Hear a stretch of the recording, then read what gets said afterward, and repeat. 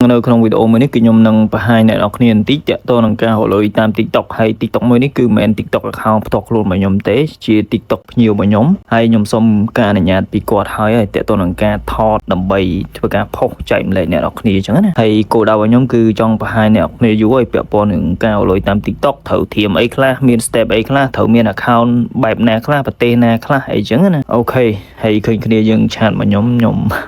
អត់បានឆ្លើយទេជាប់ថតវីដេអូជាដំបូងគឺខ្ញុំសូមអរគុណដល់ Prada មែនទែនដែលទទួលយកសេវាកម្មពីខ្ញុំយកតាំងពីសេវាកម្មបង្កើត PayPal Full KYC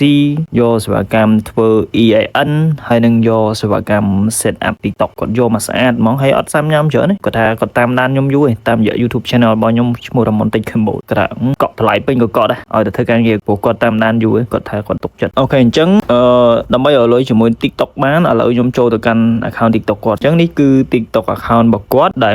follower 10k ជាងហើយតន័យផ្សេងៗគឺខ្ញុំនឹងបិទបាំងឥឡូវយើងមើលថា TikTok account របស់គាត់គ្រប់គោលការណ៍នៅហើយយើងមើលថាគ្រប់គោលការណ៍បែបណាអញ្ចឹងដើម្បីដំណើរការនៃការរលួយជាមួយនឹង TikTok ជំហានទី1គឺអ្នកទាំងអស់គ្នាត្រូវបង្កើត account TikTok ឬក៏ត្រូវមាន account TikTok ជាពិសេស TikTok អាមេរិកឬក៏យើងហៅថា TikTok ដែលមានមុខងាររលួយអញ្ចឹងអ្នកទាំងអស់គ្នាត្រូវបង្កើត account TikTok ដែលមានមុខងាររលួយឬក៏ត្រូវមាន account TikTok ដែលមានមុខងាររលួយសម្រាប់ TikTok នៅប្រទេសខ្មែរមុខងារមួយហ្នឹងគឺអត់ទាន់មានទេព្រោះមុខងារមួយហ្នឹងគឺយើងរលួយតាមរយៈ viewer របស់យើងអញ្ចឹងណាអ្នកដែលគេចូលមកទស្សនារបស់យើងគេចុច view គេចុចមើលវីដេអូរបស់យើងអញ្ចឹងទៅតែ TikTok នៅស្រុកខ្មែរយើងនេះគឺបច្ចុប្បន្ននេះអត់មានមុខងារហ្នឹងទេហើយមុខងារហ្នឹងគឺខ្ញុំនឹងបង្ហាញតែបើសិនជាអ្នកទាំងអស់គ្នាអត់ចេះបង្កើត account TikTok ដែលមានមុខងាររលួយទេអ្នកទាំងអស់គ្នាអាចតាក់ទងមកខ្ញុំបានមានទទួលបង្កើត account TikTok ដែលមានមុខងាររលួយឥឡូវយើងមើលថា TikTok ដែលមានមុខងាររលួយហ្នឹង TikTok បែបណាជាទូទៅគឺ TikTok អាមេរិក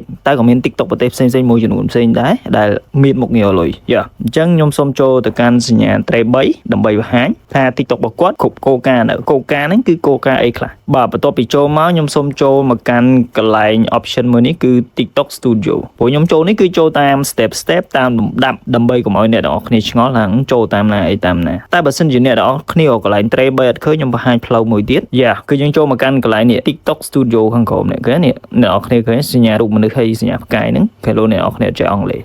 អូខេនៅពេលដែលយើងចូលមកគឺយើងចូលមកដល់កន្លែងនេះតែម្ដងអាហ្នឹងចូលតាមបែបខាងក្រោមហ្នឹងគឺលឿនតែឥឡូវខ្ញុំបង្ហាញតាម step មុនហ្នឹងយើងចូលមកកាន់កន្លែងសញ្ញា tray 3នេះមកបន្ទាប់មកទៀតយើងចូលមកកាន់កន្លែង option TikTok Studioតោះឥឡូវយើងចូលមកកន្លែង option មួយទៀតនេះគឺ option monetization យើងចូលទៅមើលមុខងាររលួយនេះចូលមកកន្លែងហ្នឹងមកនេះ select យកកន្លែងសញ្ញាព្រួយយ៉ាងលើនេះសញ្ញាព្រួយយ៉ាងគេនេះកន្លែងនេះវាដាក់ថា programs for you យើងចុច view all មកអ្នកនរគ្នាឃើញណាវាដាក់ថា monetization programs មានន័យថាកម្មវិធីរលួយ eligible to apply នេះកន្លែងដែលវាតម្លាក់ឲ្យយើងចុច apply បានមុខងារសំខាន់មុខងារដែលបងប្អូនយើងរលួយតាម TikTok គឺមុខងារមួយនេះ creator rewards program អញ្ចឹងបញ្ជាក់ TikTok នៅស្រុកខ្មែរ TikTok នៅក្នុងប្រទេសខ្មែរ TikTok ដែលបង្កើតនៅក្នុង region Cambodia គឺអត់មានមុខងារហ្នឹងទេមុខងារហ្នឹងគឺជាមុខងារមួយដែលយើងរលួយតាមរយៈ view ហើយវាដាក់ថា create videos that are 1 minute or longer to get rewarded on qualified views អានេះតាក់ទងនឹងវីដេអូចាប់ពី1នាទីឡើងទៅបានវាគិតលុយឲ្យយើងហើយក្នុងរយៈពេលអ្នកមើលនឹងចុចមើលប្រហែលវិនាទីឡើងបានវាគិតលុយឲ្យយើងអញ្ចឹងណាអញ្ចឹងវាមានលក្ខខណ្ឌវាមួយចំនួនទៀតអូខេតោះឥឡូវយើងទៅមើលលក្ខខណ្ឌរបស់មុខងារហ្នឹងថាមានលក្ខខណ្ឌប្រហែលលក្ខខណ្ឌអីខ្លះយើងចុចលើហ្នឹងមកបាទបន្ទាប់ពីចុចលើ creator rewards program អ្នកនរគ្នាឃើញហើយអញ្ចឹងដើម្បីវីដេអូយើងរលួយបានគឺយើងត្រូវបង្កើតឬក៏ផលិតវីដេអូដែលមាន duration ឬក៏ប្រវែងវីដេអូរបស់យើងឬក៏នាទីវីដេអូរបស់យើងចាប់ពី1នាទីឡើងឬក៏យើងហៅថា60 second ឡើងអាហ្នឹងតាក់ទងនឹងការរលួយហើយមួយទៀតជាប្រភេទqualify content មានន័យថាមាតិកាឬក៏វីដេអូរបស់យើងដែលយើងធ្វើជា original content របស់យើងជាវីដេអូដែលមានប្រយោជន៍គឺ viewer គេចូលចិត្តមើលអញ្ចឹងនៅពេលដែលគេមើលកាន់តែច្រើន result ឬក៏លទ្ធផលរបស់យើងក៏បានកាន់តែច្រើនដែរតែបញ្ជាក់បើ viewer នៅប៉ែកអឺរ៉ុបឬក៏ប៉ែកអាមេរិកអីគឺបានថ្លៃបើប៉ែកតំបន់អាស៊ីគឺថោកនេះ monetize with other top creators អាហ្នឹងខ្ញុំមិនដឹងទេព្រោះខ្ញុំអត់ប្លុកអូខេអញ្ចឹងលក្ខខណ្ឌដែលយើងត្រូវបំពេញយើងមាន account TikTok ដែលមានមុខងាររលុយហើយអញ្ចឹងលក្ខខណ្ឌផ្សេងៗដែលយើងត្រូវធ្វើការងារបន្តជាមួយនឹង TikTok របស់យើងគឺយើងត្រូវមានអាយុ18ឆ្នាំឡើងមានន័យថា TikTok account របស់យើងត្រូវបង្កើតដាក់អាយុឲ្យលើស18ឆ្នាំឬក៏ត្រឹម18ឆ្នាំឡើងអាហ្នឹងលក្ខខណ្ឌទី1លក្ខខណ្ឌទី2គឺយើងត្រូវរកឲ្យបាន 10k follower ឡើងមានន័យថា10000 follower ឡើងហើយលក្ខខណ្ឌទី3គឺឲ្យយើងរកបាន viewer ឬក៏ view ដែលគេចូលមកមើលវីដេអូរបស់យើងចាប់ពី 100k អ្នកនរគ្នាគិតទៅប៉ុន្តែខ្ញុំនិយាយទៅ 100k ស្រួល view ឲ្យបានចាប់ពី 100k ឡើងក្នុងរយៈពេល30ថ្ងៃចុងក្រោយបើយើងធ្វើបានឬក៏អនុវត្តបានលក្ខខណ្ឌទាំង3ហ្នឹងតែលក្ខខណ្ឌទី1ស្រួលទេតែបង្កើតទៅយើងដាក់18ឆ្នាំហើយតែសំខាន់នេះលក្ខខណ្ឌទី2ហើយនឹងលក្ខខណ្ឌទី3គឺយើងពិបាកបន្តិចតែបើសិនជាវីដេអូយើងល្អវីដេអូយើងគេចូលចិត្តមើលអាហ្នឹងគេ follow គេចូល view ច្រើនអាហ្នឹងយើងក៏ឆាប់បានដែរអត់អីទេតាមពិតបើសិនជាយើងថាពិបាកពេលខ្លះវាពិបាកដោយសារយើងរត់បានតែបើយើងថាពិបាកពេលខ្លះយើងរត់ទៅស្រួលយើងប្រកាសជាថាស្រួលអញ្ចឹងអាហ្នឹងវាចៃដន្យដែរបើ content យើងល្អមានប្រយោជន៍ខ្ញុំស្គាល់បងប្រុសម្នាក់គាត់ធ្វើតែ 4-10 ថ្ងៃទេគាត់កោកែមកបត់ផ្សោតគាត់ប្រាប់ខ្ញុំហើយគាត់ជាក់ស្ដែងមែនគឺខ្ញុំសង្កេតទៅគឺជាក់ស្ដែងមែនគាត់ធ្វើលឿនឆាប់កោកែមកហើយគាត់ធ្វើលក់ទៀត account TikTok មិនធំតែធ្វើប្រើប្រាស់ខ្លួនឯងសូម្បីតែខ្ញុំចែកគាត់មក account ខ្ញុំមកប្រើដែរអូខេតោះត្រឡប់មកប្រធានបទយើងវិញបើសិនជាយើងធ្វើបានគឺយើងគ្រប់កោកែដូចបងប្រុសម្នាក់ហ្នឹងបងប្រុសនេះគឺជាភ្ញៀវរបស់ខ្ញុំនេះគាត់ឲ្យខ្ញុំរៀបចំឲ្យមក set គាត់អញ្ចឹងណាហ្នឹងហើយបន្តមកទៀតគឺយើងចុចនេះ join ទៅគឺដើម្បី apply ឬក៏ស្នើដាក់ពាក្យថាប្រាប់គេថាយើងគ្រប់កោការហើយគ្រប់លក្ខខណ្ឌគេរួចរាល់ហើយអញ្ចឹងណាអញ្ចឹងយើងចុច join តែឡើយនេះខ្ញុំអត់ទាន់បង្ហាញទេខ្ញុំត្រឡប់ទៅវិញបង្ហាញអ្នកនរគ្នានៅចំណុចមួយចំនួនទៀតដើម្បីឲ្យអ្នកនរគ្នាត្រៀមអញ្ចឹងខ្ញុំសូមចូលមកកាន់កន្លែង option balance កន្លែងហ្នឹងគឺខ្ញុំចង់បង្ហាញអ្នកនរគ្នានៅចំណុចពិសេសមួយចំនួនដើម្បីអ្នកនរគ្នាត្រៀមឯកសារ3ចំណុចនេះសំខាន់3ចំណុចនេះសំខាន់ចំណុចទី1គឺតាក់ទងនឹង payment method នេះគឺពាក់ព័ន្ធនឹងប្រព័ន្ធធនាគារដើម្បីទទួលលុយនៅពេលដែលយើងគ្រប់កោការយើង apply ក្នុងការអស់លុយអញ្ចឹងសម្រាប់ TikTok អាមេរិកគឺអ្នកនរគ្នាត្រូវត្រៀម PayPal basic personal account ក៏បាន PayPal personal account full KYC ក៏បានតែខ្ញុំ recommend ឲ្យអ្នកនរគ្នាឬក៏ខ្ញុំលើកទឹកចិត្តឲ្យអ្នកនរគ្នាប្រើប្រភេទ PayPal full KYC មូលហេតុនោះគឺយើងចូលទៅ verify account ត្រឹមត្រូវជាមួយនឹងក្រុមហ៊ុន PayPal ហើយអ្នកនរគ្នាអត់ចេះបង្កើត account PayPal basic personal account ឬក៏អ្នកនរគ្នាអត់ចេះបង្កើត account PayPal full KYC ទេអ្នកនរគ្នាតាក់ទងមកខ្ញុំគឺខ្ញុំទទួលបង្កើតចង់បានប្រភេទ account ណាក៏ខ្ញុំធ្វើបានដែរឬក៏បង្កើតបានដែរបច្ចុប្បន្ននេះហើយសម្រាប់អ្នកនរគ្នាដែលចង់បង្កើតខ្លួនឯងតាម YouTube តាមអីបង្កើតទៅតែប្រយ័ត្នប្រយែងតាក់ទងនឹងការបង្កើត business account មានគេបង្ហាញក្នុងការបង្កើតប៉ុន្តែនៅពេលដែលប្រើប្រាស់ឬក៏មានបញ្ហាពិបាកក្នុងការដោះស្រាយឬក៏ជាប់លុយអីគឺយើងពិបាកក្នុងការដោះស្រាយអាហ្នឹង business account ហើយមានគ្នាយើងមួយចំនួនទៀតចង់បានប្រភេទ PayPal account ថោកខ្ញុំបើកមួយចោណា PayPal account ថោកមានគ្នាយើងមួយចំនួនតូចគាត់បង្កើតលក់គាត់ប្រើពាក្យថាលក់គឺបង្កើត fake ព័ត៌មានដាក់ព័ត៌មានคล้ายៗមិនដាក់ព័ត៌មានម្ចាស់ account PayPal ទេមិនដាក់អត្តសញ្ញាណប័ណ្ណម្ចាស់ account PayPal ទេចំណុចហ្នឹងអ្នកនរគ្នាត្រូវយល់បើចង់បានរបស់ថោកអាចទិញទៅដូចអ្នកនរគ្នាស្ដាប់បទមិនដែររបស់ free មិនដែលល្អរបស់ល្អក៏មិនដែល free ដែរអញ្ចឹងអ្នកនរគ្នាត្រូវយល់ចំណុចហ្នឹងអូខេហើយបើអ្នកនរគ្នាយកសេវាកម្មពីខ្ញុំមានលក្ខខណ្ឌមួយចំនួនឬក៏បំរាមក្នុងការប្រើប្រាស់មួយចំនួនដើម្បីជៀសវាងបញ្ហាមួយចំនួនដែលយើងអាចជៀសបានខ្លះគឺយើងជៀសឥឡូវយើងបន្តតាក់ទងនឹង TikTok identity verification នេះអាហ្នឹងអ្នកនរគ្នាត្រូវមានអត្តសញ្ញាណប័ណ្ណដែលមានអាយុឬក៏យើងអាយុចាប់ពី18ឆ្នាំឡើងទៅអាកន្លែង verification identity ឬក៏ identity verification កន្លែងហ្នឹងអ្នកនរគ្នាមានអត់ទេតែសម្រាប់នេះបញ្ហាប្រឈមមួយទៀតគឺតាក់ទងនឹងតាក់ information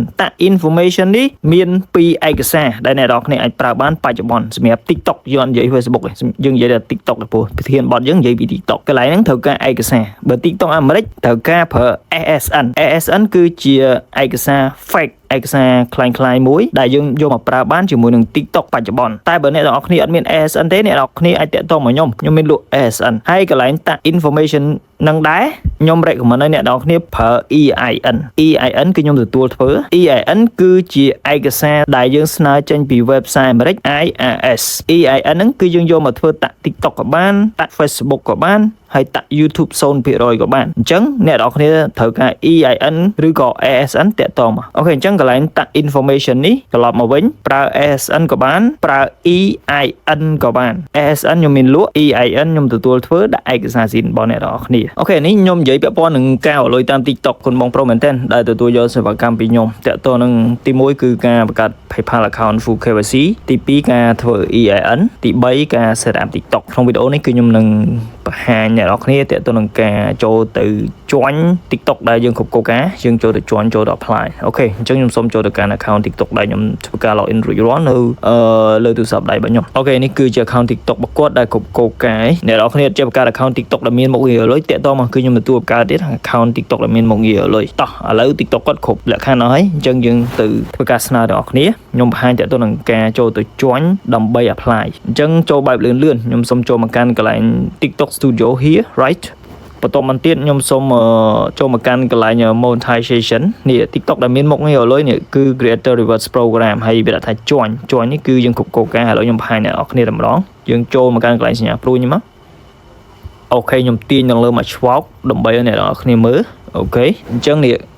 programs for youអញ្ចឹងយើងចូលមកកាន់កន្លែងមុខងារលុយយើងនេះមកគឺ Creator Rewards Program យើងចូលមកកន្លែងហ្នឹងមកវាដាក់ថា recommended នេះហើយ join យើងអាច apply បានឲ្យតែ load ពាក្យ join នេះក៏ហមនេះអញ្ចឹងណាយើងចូលមកកន្លែងហ្នឹងមកអូខេ just a little bit អញ្ចឹងពាក់ព័ន្ធនឹងអស់នេះគឺខ្ញុំនិយាយនៅក្នុងវីដេអូមុននេះឥឡូវខ្ញុំសូម scroll ឡើងលើទាញលើមកឆ្វោកអញ្ចឹងគាត់បានបំពេញលក្ខខណ្ឌអស់ហើយខ្ញុំសូមបង្ហាញអ្នកនរគ្នាតាក់ទងនឹងការចូលទៅស្នើអញ្ចឹងវាដាក់ថា by tapping join you agree to Creator Rewards Program ហើយអ្នកនរគ្នាចេះ set up TikTok អីតាក់ទងមកខ្ញុំទទួលធ្វើមកស្អាតមក set ឲ្យទៀតតែគិតលុយស្វានិយាយរួមគិតស្វាមិនធ្វើ free ទេអញ្ចឹងចូលមកកាន់កន្លែង join នេះមកកន្លែង join ហ្នឹងអ្នកនរគ្នាអាចចេះធ្វើខ្លួនឯងតែគាត់ណាកន្លែងតាក់កន្លែងផ្សេងៗខ្ញុំគិតថាអាចនឹងបងប្អូនយើងខ្លះក៏អត់ចេះធ្វើអាចតាក់ទងខ្ញុំបានអូខេចូលមកកាន់ option join អញ្ចឹងវាដាក់ថា application in review មានន័យថាពាក្យស្នើសុំរបស់យើងគឺកំពុងតែធ្វើការត្រួតពិនិត្យហើយអ្នកនរគ្នាមើល if your appeal is approved you can join the Creator Rewards Program and start collecting rewards if additional violations reason are identified during the review your account will be remain ineligible for the program កន្លែងនេះវាបញ្ជាក់យើងចុច join ហ្នឹងគឺវានឹងត្រួតពិនិត្យទៅលើ content របស់យើងបើសិនជាករណីទី1 content របស់យើងអត់ originalទី2 content របស់យើងលួចបោះគេមកលេងអញ្ចឹងគេរលុយមុនយើងអញ្ចឹងយើងបរាជ័យក្នុងការស្នើអត់ approve ទេ not approve អញ្ចឹងយើងមិនអាចបើកមុខងាររលុយនឹងបានទេអញ្ចឹងជាការលើកទឹកចិត្តជាការ recommendation ខ្ញុំសនំពរអ្នកនរគ្នាធ្វើការផលិតមាតិកាផលិតវីដេអូដែលជា original content របស់យើងធ្វើរបស់យើងរស់បានយូរយើងធ្វើអ្វីដែលយើងជាជំនាញហើយមានប្រយោជន៍យើងរស់បានយូរ my recommendation មានអ្នកនរគ្នាដែលមានតម្រូវការចង់ធ្វើការបង្កើត account PayPal បង្កើត account PayPal full KYC ឬក៏មាន PayPal ឲ្យស្រាប់ចង់ធ្វើជា full KYC អាចតាក់ទងមកខ្ញុំបានគឺខ្ញុំទទួលកើតនេះមានតម្រូវការចង់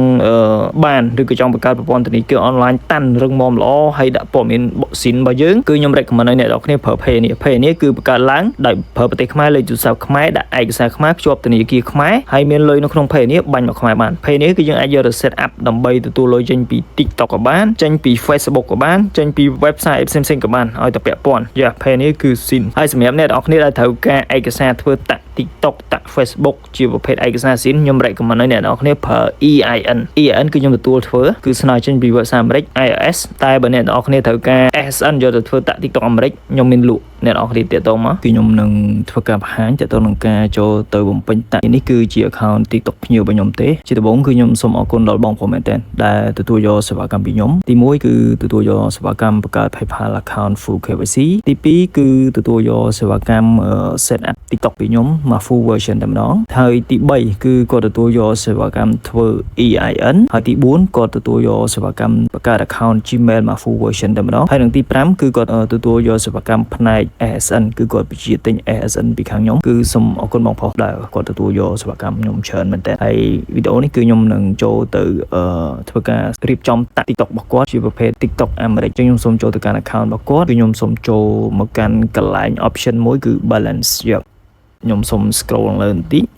អូខេអញ្ចឹងតើតើនឹង payment method នេះគឺខ្ញុំនឹងធ្វើការ set up ពេលក្រោយព្រោះខ្ញុំមិនទាន់ធ្វើ KYC ហើយខ្ញុំនឹងធ្វើវីដេអូតអញ្ចឹងគោលដៅរបស់យើងគឺតើតើនឹងតាក់ information សម្រាប់ identity verification នេះគឺ verify ហើយឥឡូវខ្ញុំចូលទៅឲ្យអ្នកនរគ្នាមើល identity verify គឺអត្តសញ្ញាណប័ណ្ណគឺយើង verify ហើយឥឡូវចេញទៅវិញយើងចូលទៅកាន់គោលដៅរបស់យើងនៅក្នុងវីដេអូនេះគឺទាក់ទងនឹងតាក់គឺធ្វើតាក់ TikTok អាមេរិកតាក់ information បាទអញ្ចឹងខ្ញុំនឹងប្រើ ASN ព្រោះ EAN ធ្វើគាត់ហើយប៉ុន្តែទុកចោលរយៈពេល2សប្តាហ៍ឡើងមិនយកមកប្រើការអញ្ចឹងយើងបញ្ញាប់ប្រឡុយមួយ TikTok មានតែប្រើ ASN ព្រោះគាត់បានធីមឯកសារទុកអញ្ចឹងហ្នឹងអញ្ចឹងគាត់យកសេវាកម្មប្រជាទិញ ASN ពីខ្ញុំបន្ថែមទៀតអញ្ចឹងណាឥឡូវយើងចូលមកកាន់ option individual តមកទៀតយើងចូលមកកាន់កន្លែង option continue ករណីយើងប្រើ ASN បញ្ចូលព័ត៌មានឈ្មោះតាម ASN របស់យើងបើសិនជាករណីយើងប្រើ EIN គឺយើងបញ្ចូលឈ្មោះឬក៏ទិន្នន័យតាម EIN របស់យើងមាន first name last name US TIN កន្លែងនេះគឺយើងប្រើ EIN ក៏បាន ASN ក៏បានហើយ state យើងប្រើតាម EIN របស់យើងឬក៏តាម ASN របស់យើង country or region United States ហើយព័ត៌មានមួយចំនួនគឺខ្ញុំនឹងបិទបាទបន្ទាប់ពីយើងធ្វើការបំពេញរាល់ព័ត៌មានតាមរយៈ ASN រួចរាល់យើងចូលមកកាន់ option continue first name last name ហើយប្រភេទតាក់របស់យើងគឺ W9 មានន័យថា inside United States បាទបន្ទាប់ពីយើងធ្វើការបំពេញឈ្មោះ first name last name រួចរាល់គឺយើងចុចយក option continue វាដាក់ថាតាក់ information self ចុចដានមកអូខេឥឡូវយើងចូលមកមើលកន្លែងតាក់ information ឡើងវិញឬក៏ម្ដងទៀតថាមិនហើយយើងចូលមកកន្លែងហ្នឹងមកគឺដាននេះតា information ប្រភេទ individual status គឺ complete គឺស្អាតប្រភេទតាគឺតា forms គឺ W9 គឺដាន 100% អូខេអញ្ចឹងតើតើនឹងការ set up តា information គឺជោគជ័យ 100% សម្រាប់អ្នកនរគ្នាដែលមានតម្រូវការចង់បានឯកសារប្រភេទ ASN ឬក៏ EIN យកទៅធ្វើតា TikTok អាចតាក់ទងមកខ្ញុំគឺខ្ញុំមានលក់ ASN សម្រាប់ EIN គឺខ្ញុំមានទទួលធ្វើដាក់ឯកសារស៊ីនរបស់យើងហើយ EIN គឺយើងអាចយកទៅធ្វើតា TikTok អាមេរិកក៏បានតា YouTube 0% ក៏បានតាក់ Facebook ក៏បានហើយនឹងតាក់អីផ្សេងៗដែលវាមានតម្រូវការក្នុងការប្រើ EIN ណាអញ្ចឹងខ្ញុំនឹងបង្ហាញអ្នកនរគ្នាពីរបៀបឬក៏វិធីចូលទៅភ្ជាប់ payment method របស់ TikTok អាមេរិកហើយ TikTok អាមេរិកចាំបាច់គឺវាតម្រូវឲ្យយើងភ្ជាប់ជាមួយនឹង PayPal សុទ្ធអត់មានភ្ជាប់មួយប្រព័ន្ធធនាគារអីផ្សេងទេណាក្រៅពី PayPal ទេណាគឺភ្ជាប់ជាមួយនឹង PayPal ដើម្បីទទួលលុយចេញពី TikTok អូខេអញ្ចឹងខ្ញុំសូមចូលទៅកាន់ TikTok account របស់ខ្ញុំជាប្រភេទ TikTok account អាមេរិកអញ្ចឹងបន្ទាប់ពីខ្ញុំចូលមកដល់កន្លែងនេះអ្នកនរគ្នាឃើញហើយខ្ញុំឲ្យតែមើលតែ follower ទេគឺ 13k follower yes អញ្ចឹងដើម្បីដំណើរការចូលទៅភ្ជាប់ account PayPal ជាមួយនឹង TikTok ដើម្បីទទួលលុយចេញពី TikTok របស់យើងគឺមានផ្លូវពីរផ្លូវទី1គឺយើងសម្រាប់ទូរស័ព្ទដៃប្រភេទ iPhone គឺយើងចូលមកកាន់កន្លែងសញ្ញាត្រី3ផ្នែកខាងលើជ្រុងខាងស្ដាមនេះមកនេះត្រី3យើងចុចកន្លែងនោះមកបន្ទាប់មកទៀតគឺយើងចូលមកកាន់កន្លែង option balance គឺយើងនឹងចូលមកដល់ផ្ទាំងបែបនេះហើយករណីបើសិនជាយើងអត់ឃើញសញ្ញាត្រី3ខ្ញុំនឹងបង្ហាញវិធីទី2វិធីទី2គឺលឿនជាងវិធីទី1អូខេខ្ញុំសូមចេញទៅវិញបន្ទាប់ពីចេញមកដល់កន្លែង follower របស់យើងហើយគឺយើងចូលមកកាន់កន្លែង option ខាងក្រោមនេះអង់គ្លេសវាដាក់ថា balance ហើយបើយើងអត់ចេះមើលជាភាសាអង់គ្លេសទេយើងមើលសញ្ញាកាបូបហ្នឹងឯងសញ្ញាកាបូបហ្នឹងទៅពណ៌ក្រហមអូខេអញ្ចឹងយើងចុចលើហ្នឹងមកបាទឃើញអត់លឿនអត់ចូលមកដល់កន្លែងនេះសូមបើកវងកញ្ចក់បន្តិចតាក់ទងនឹង TikTok អាមេរិកនៅពេលដែលយើងគ្រប់គោលការណ៍យើង apply ជាប់ហើយគឺយើងត្រូវការឆ្លងកាត់ដំណាក់កាលមួយចំនួនដំណាក់កាលសំខាន់ជាងគេនោះគឺ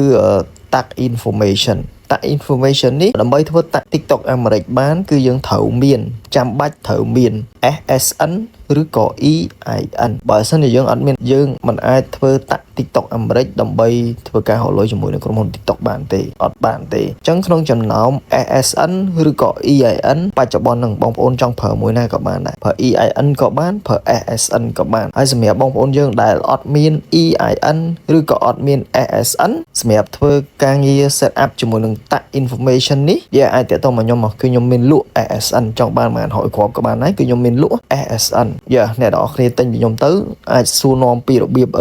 set up តាក់ TikTok ដោយខ្លួនឯងបានអាចសួរនាំខ្ញុំបានសម្រាប់ភ្ញៀវរបស់ខ្ញុំ EIN គឺខ្ញុំមានទទួលធ្វើស្នើចេញពី website អាមេរិក SIN IRS ដែលយើងដាក់ឯកសារផ្ទាល់ខ្លួនរបស់យើងឈ្មោះតាមអត្តសញ្ញាណប័ណ្ណរបស់យើង ASN ហើយនិង EIN ខុសគ្នា ASN គឺ fake ទេតែយើងយកមកធ្វើតែតាក់ TikTok អាមេរិកទេ ASN ហើយ EIN គឺទិន្នន័យ SIN យើងធ្វើហើយយើងទុកចោល2សប្តាហ៍ឡើងឬក៏14ថ្ងៃឡើងបានយើងយកមកធ្វើតាក់កើតអញ្ចឹងណា អានឹង EIN បើយើងដឹងខ្លួនឯងត្រូវការប្រើ EIN យើងធ្វើទុកទៅល្អ EIN យើងអាចយកមកធ្វើតាក់ TikTok អាមេរិកក៏បានធ្វើតាក់ YouTube 0% ក៏បានហើយនឹងអ្នកដែលលុយតាម Facebook page អីអាចយកទៅធ្វើតាក់ Facebook ឬក៏តាក់ payout Facebook អាហ្នឹងគឺខ្ញុំប្រើ set up Insa អាមេរិកត្រឡប់មកប្រធានបទរបស់យើងវិញការងារយើងគឺធ្វើការភ្ជាប់ PayPal account ជាមួយនឹង TikTok account អាមេរិករបស់យើងដើម្បីទទួលលុយធ្វើការភ្ជាប់គឺយើងចូលមកកាន់កន្លែង option មួយនេះ payment method យើងចុចលើហ្នឹងមក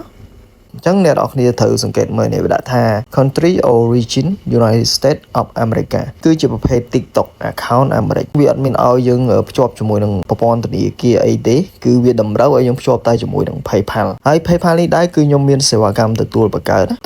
account PayPal basic personal account ដាក់ព័ត៌មានផ្ទាល់ខ្លួនរបស់យើងហើយនឹងទទួលបង្កើត account PayPal full KYC ចូលទៅ verify account យកតែម្ដងពីរហ្នឹងតម្លៃខុសគ្នាហើយអត្ថប្រយោជន៍ខុសគ្នា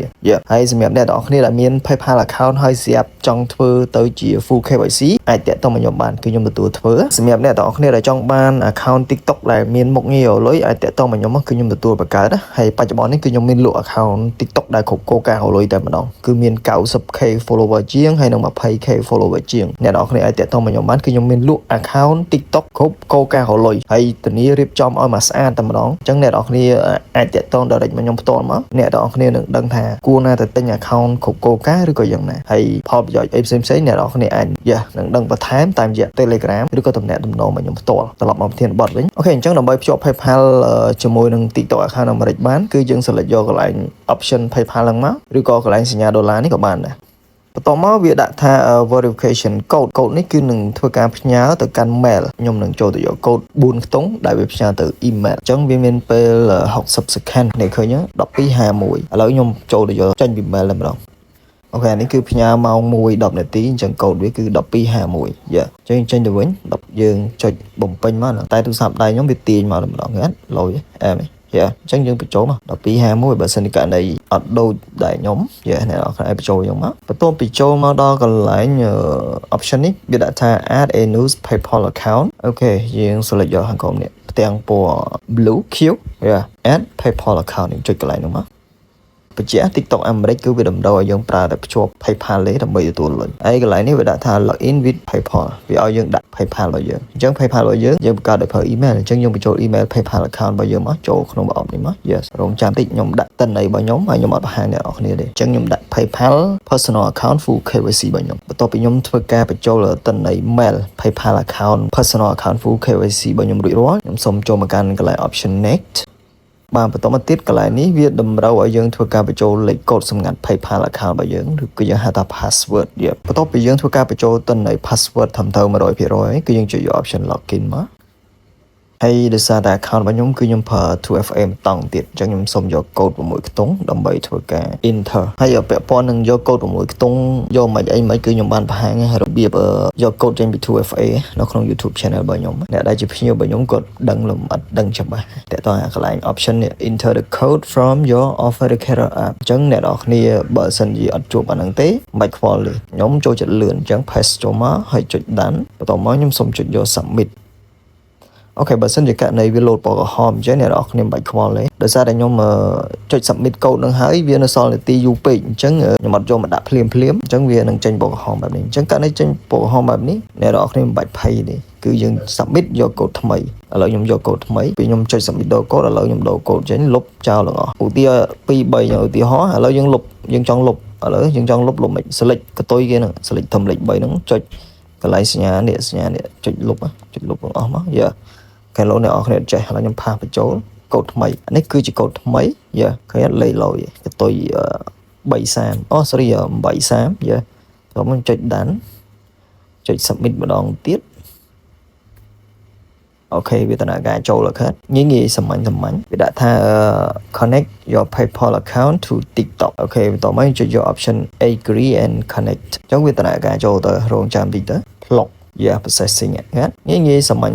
ជាប់អូខេ am the best អូខេឥឡូវយើងចុចលើហ្នឹងមកឃើញអត់ pay out currency ដុល្លារTikTok អាមេរិកអញ្ចឹង currency ដុល្លារ minimum withdrawal amount 1 ដុល្លារឡើងគឺធ្លាក់ចូល PayPal របស់យើងសម្រាប់លុយ TikTok ហើយយើងអាចដករហូតដល់នេះ 100k អូខេអញ្ចឹងការភ្ជាប់ PayPal ជាមួយនឹង TikTok account អាមេរិកដើម្បីទទួលលុយចេញពី TikTok គឺងាយទេសម្រាប់អ្នកនរគ្នាត្រូវការ account PayPal account PayPal full KYC ឬក៏មាន PayPal ហើយស្រាប់ចង់ធ្វើជា full KYC អាចតំណែងមកខ្ញុំគឺខ្ញុំទទួលបង្កើត account PayPal ហើយសម្រាប់អ្នកទាំងអស់គ្នាដែលមានតម្រូវការចង់បាន account TikTok ដែលគ្រប់កលការលុយគឺបច្ចុប្បន្ននេះខ្ញុំមាន2 account 26k follower ជាងហើយនិង 95k follower ជាងអញ្ចឹងអាចតាក់ទងមកខ្ញុំបានគឺខ្ញុំនឹងឲ្យត្រូវថ្លៃគ្នាគឺខ្ញុំរៀបចំឲ្យមកស្អាតមកហើយតម្លៃចរចាទុនហើយខ្ញុំក៏មានទទួលបង្កើត account Payoneer ទទួលធ្វើ receiving account Payoneer ហើយនឹងទទួលដោះ CI Payout Facebook ទទួល set up TikTok set up Facebook ផ្សេងៗជាដើមហើយនឹងមានលក់ ASN សម្រាប់យកទៅធ្វើតាក់ TikTok អាមេរិកហើយនឹងមានទទួលធ្វើ EIN ដែលដាក់ព័ត៌មានផ្ទាល់ខ្លួនរបស់យើងតាអត្តសញ្ញាណប័ណ្ណរបស់យើងហើយនឹងមានសេវាកម្មផ្សេងៗជាច្រើនទៀតតាក់ទងចំគោលដៅតាក់ទងចង់អ្វីដែលចង់បានអរគុណជួបខ្ញុំបាននៅវីដេអូក្រោយទៀត